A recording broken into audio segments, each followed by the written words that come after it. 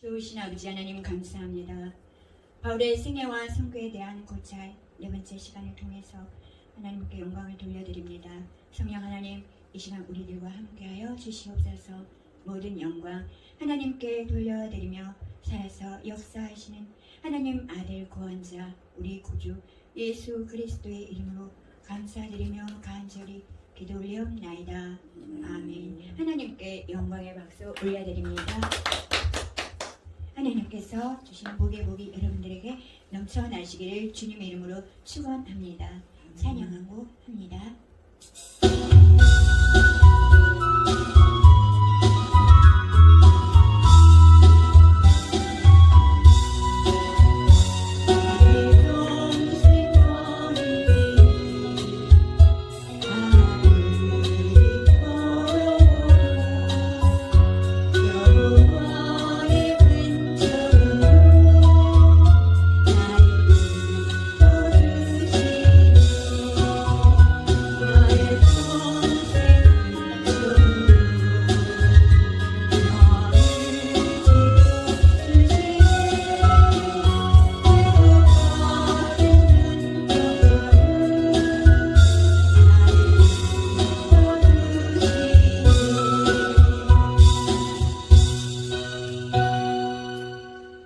우리는 첫 시간에 바울의 승애와 선교에 대한 고찰 첫 번째 시간을 통해서 기독교가 로마의 복음을 전파하는 데 성공을 하게 된 그 배후에는 사도 바울이 있었고, 바울이 자신의 고통을 힘들어하기보다는 오히려 자기를 자고하지 않게 하기 위하여 주님께서 주신 합당한 선물이라고 감사하면서 그 힘든 핸디캡들을 극복한 사람이라는 것을 보았을 때, 주님의 일을 하는 데 있어서는 어떤 핸디캡으로 말미암아 결코 좌절할 수가 없으며 그 어떤 환경에도 정복당하지 않고 오히려 그런 환경을 정복할 수 있다는 사실을 확인했습니다.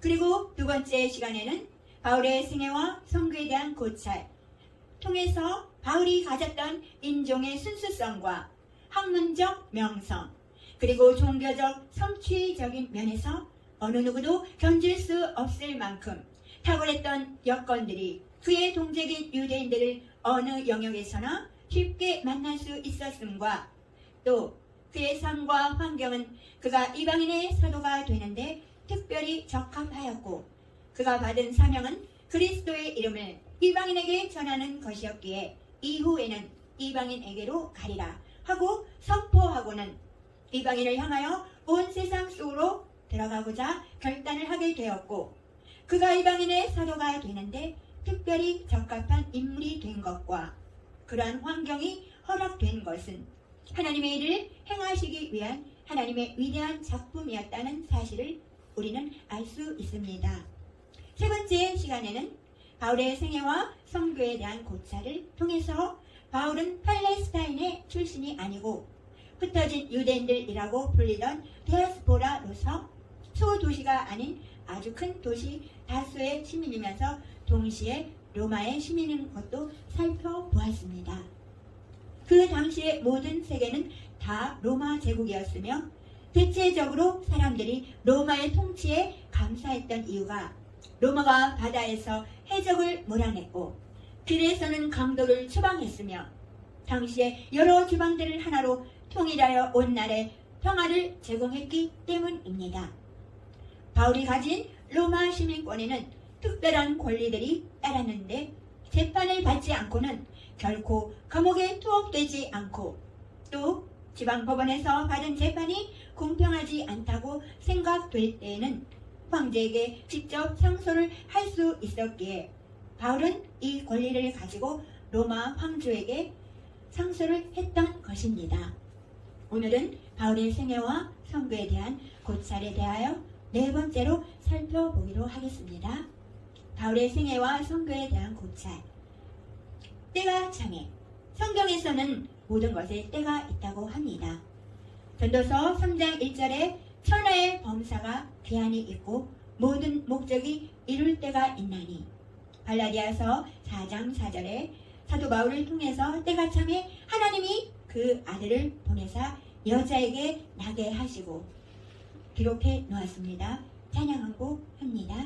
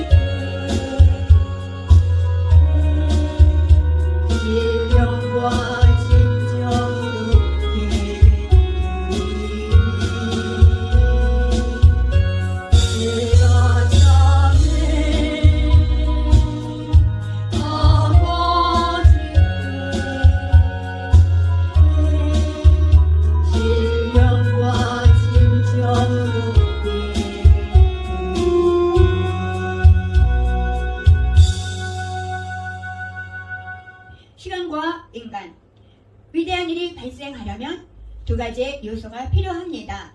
첫째는 하나님의 장중에서 참다운 도구가 될 수 있는 마음과 정신, 그리고 자질이 갖춰진 위대한 사람이 존재해야 하고, 둘째는 그 준비된 위대한 사람이 제대로 행동할 수 있는 환경이 존재해야 된다고 합니다. 때때로 위대한 일을 할 수 있는 상황이 존재하지만 위대한 일을 할 수 있는 인물이 없고, 또 준비되고 마땅한 인물이 있는데도 위대한 일을 할 수 있는 때가 성숙하지 못해서 그 일이 성취되지 못한 때도 있었습니다. 그러기에 위대한 일이 발생하려면 그러한 일을 가능케 할 수 있는 인물과 때가 모두 필요한 것입니다.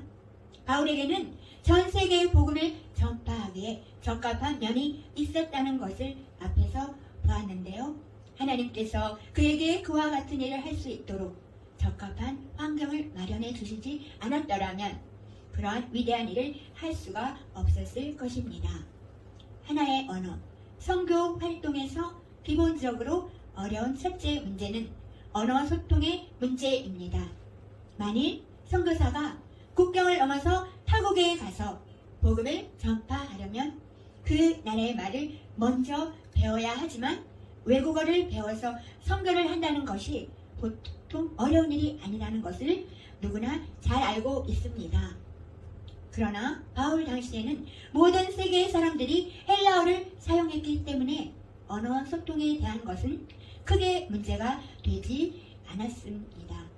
그 당시로부터 약 400년 전에 마케도냐에서 알렉산더 대왕이 출현하여 헬라로부터 멀리는 인도까지 정복을 하고 가는 곳마다 헬라어와 헬라 문화를 보급시켜서 동양과 서양을 하나로 결합시켰습니다. 신약 성서에 나오는 많은 인물들이 두 가지의 이름을 가지고 있는 것을 우리는 잘 알고 있습니다. 가정과 친한 친구들의 사이에서 불려지던 히브리식 이름과 또 공적인 삶 속에서 통용되던 헬라식 이름이었습니다. 베드로는 헬라식 이름으로 반석을 의미하며 게바는 같은 뜻을 갖고 있는 히브리식 이름입니다. 마찬가지로 도마는 쌍둥이의 뜻을 가진 히브리식 이름이고 디두모는 같은 뜻을 가지고 있는 헬라식 이름입니다. 이같이 당시의 문명과 접촉하면서 살고 있던 모든 사람들은 헬라어를 사용하였기에 그들은 어디를 가든지 전 세계 공통어인 헬라어로 쉽게 복음을 전할 수가 있다는 것입니다. 청중 선교 활동에서 기본적으로 어려운 둘째 문제는 복음을 들어줄 청중을 모으는 일이라고 할 수 있습니다. 그러나 바울 당시에는 이러한 것이 별로 문제가 되지 않았습니다. 그 이유는 당시 유대인들의 종교 생활 중심지는 회당이었기 때문입니다. 그 당시의 유대인들은 디아스포라들이 전 세계에 널리 퍼져 있었고 유대인이 10가정만 되면 어디든지 회당이 있었습니다. 그러므로 크고 작은 도시를 가릴 것 없이 거의 모든 도시 안에는 회당이 있었으니 이것은 너무나 좋은 조건이었습니다. 그리고 그 당시에는 설교자가 따로 정해져 있지를 않고 유명한 인사나 새롭게 낯선 사람들이 오면 그들에게 설교를 하도록 기회를 주었습니다. 또 바울과 그의 일행들은 회당 밖에서도 이들에게 복음 전파에 많은 기회들이 주어졌는데 헬라인들은 말을 존중하고 새로운 사상과 새로운 이론을 토론하기를 좋아하였기 때문에 유명 강사가 강당을 빌려서 강좌를 베푼다는 소문이 퍼지면 청중들이 서로 그 강좌를 들으려고 앞을 다투어 몰려들었습니다. 그러기에 바울과 그 일행들이 새로운 철학을 듣기 원하는 청중들을 모으는 데는 조금도 어려움이 없었습니다. 하나의 세계, 당시의 세계는 하나의 세계였습니다. 그래서 사람들은 서방에 있는 브리튼, 지금으로 말하면 영국이죠. 브리튼과 스페인으로부터 동방에 있는 소아시아 지방으로도 쉽게 여행을 할 수 있었습니다. 어디로 가든지 로마 제국 로마인이었기 때문에 국경이 없었으며 여권도 필요가 없었고 철의 장막도 없었습니다.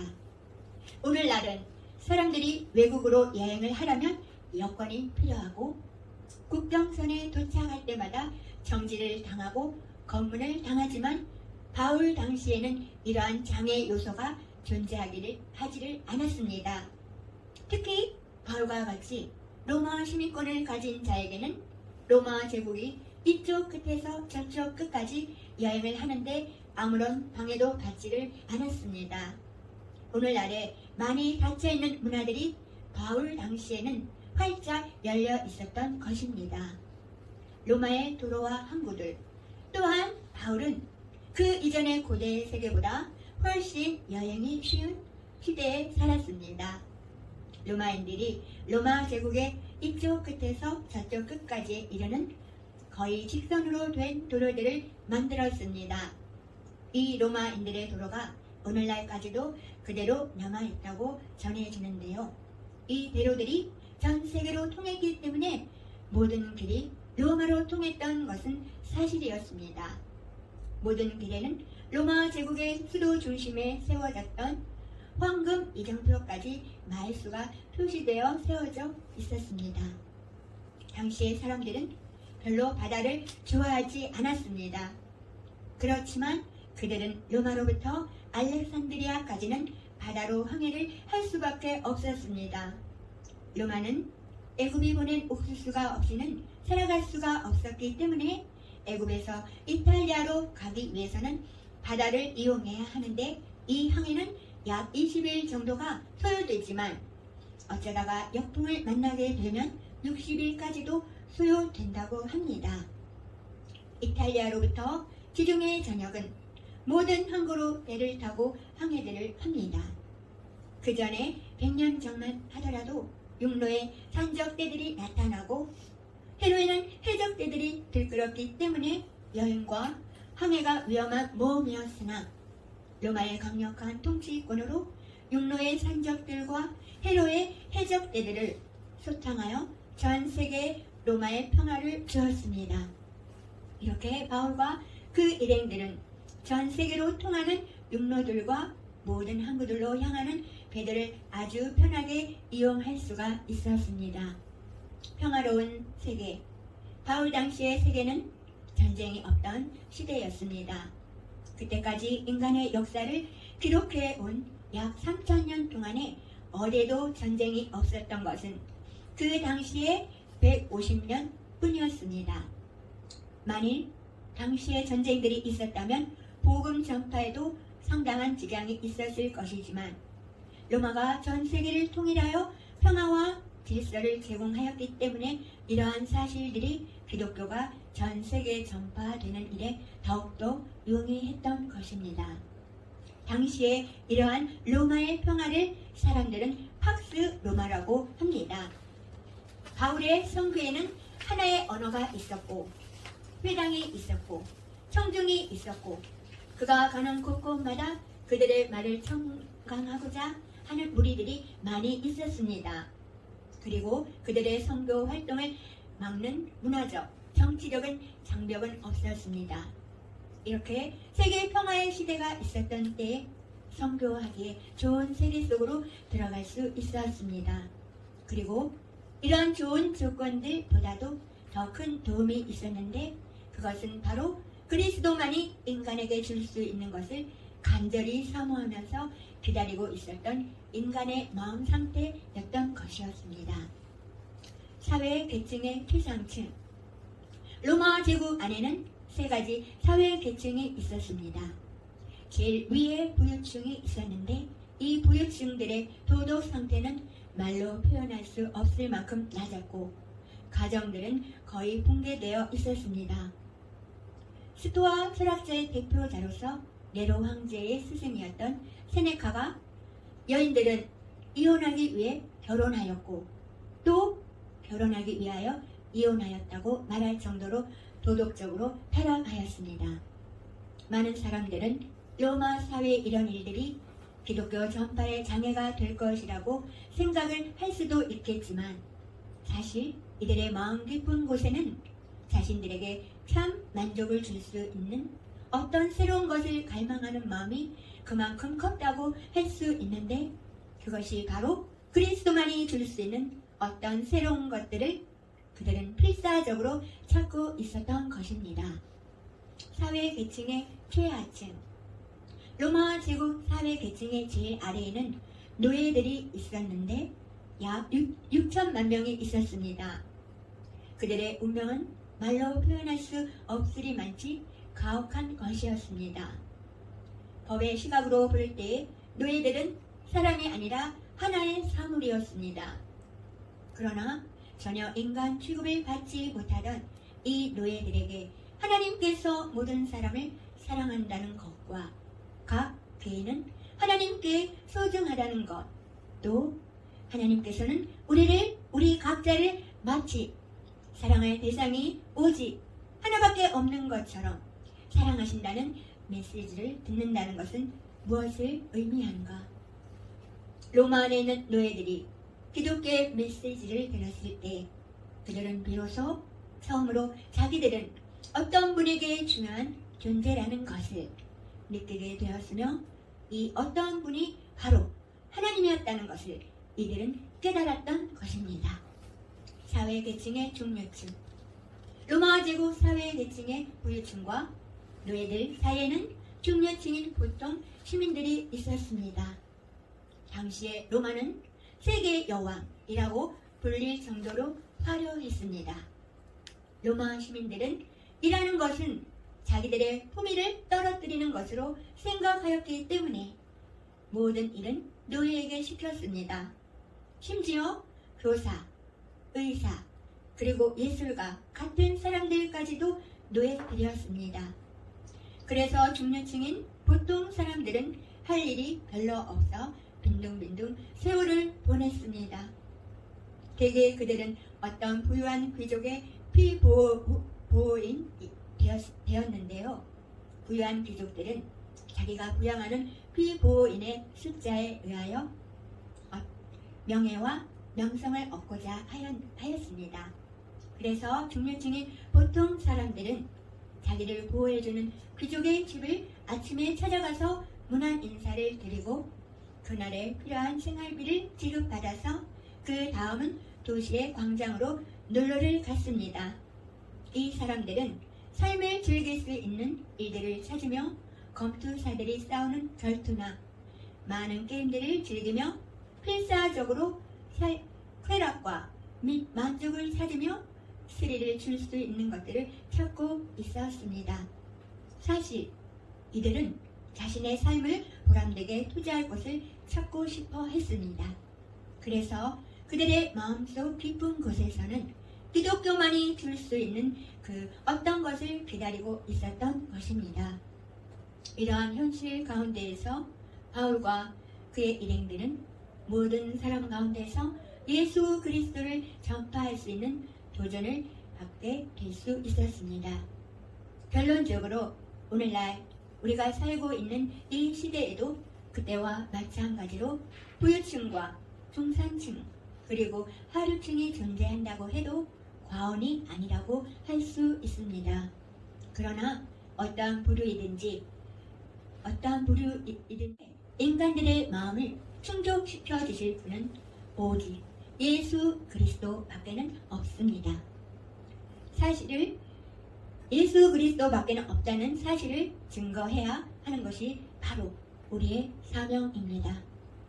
하나님께서 인간의 몸을 입으시고 이 땅에 오셔서 십자가를 지심으로 인간들의 모든 죄를 사하시고 장사한 지 사흘 만에 부활하셔서 40일간 다시 보여주시고 승천하셔서 성령을 보내주시고 하나님 우편에 계시는 우리의 구원자이신 예수 그리스도를 세상 모든 자들에게 증거하고 그분께서 보내주신 성령의 권세와 능력에 힘입어 승리하는 지도자들이 되기를 예수 그리스도의 이름으로 축원합니다.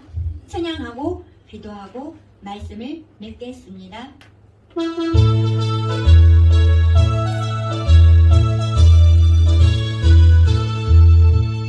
나팔 소리로 주를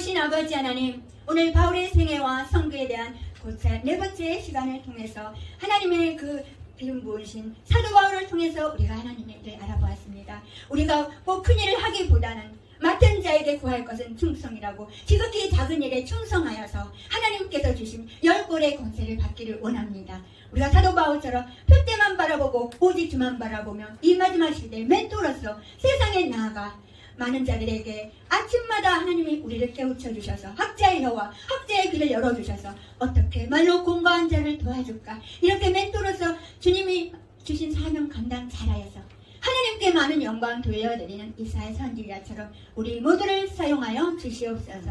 모든 영광 하나님께 돌려